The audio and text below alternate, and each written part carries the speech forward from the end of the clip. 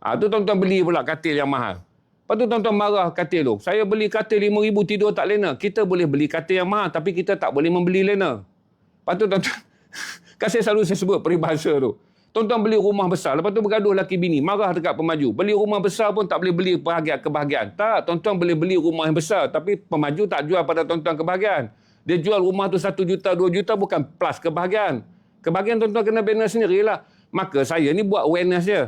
Kemudian bila tuan-tuan aware, tuan-tuan kena fikirlah macam mana nak buat. Lepas tu tuan-tuan tanya saya kan. Saya pun jadi macam tak jawab, nanti troll lagi. Dia ni pandai bagi masalah, lepas tu dia tak bagi solusi. Saya 2 bulan dah duk kena kecam. Saya pun tak tahu apa nak buat. Tapi saya kata saya kena live jugalah bagi tahu. Nanti kena kecam pula. Seorang yang selalu menimbulkan benda untuk orang fikir tapi tak ada penyelesaian.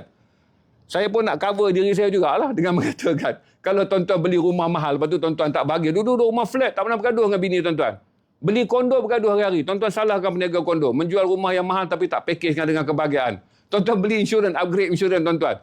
Cek 2 bulan kecil manis. Lepas cek lagi ada buah pinggang. Cek lagi darah tinggi. Tuan-tuan marah penjual insurans. Apa aku beli? Tuan-tuan membeli insurans untuk kesihatan. Tapi bukan tuan-tuan beli kesihatan. Dia cuma kawal, dia cuma cover kalau tuan-tuan dah sakit.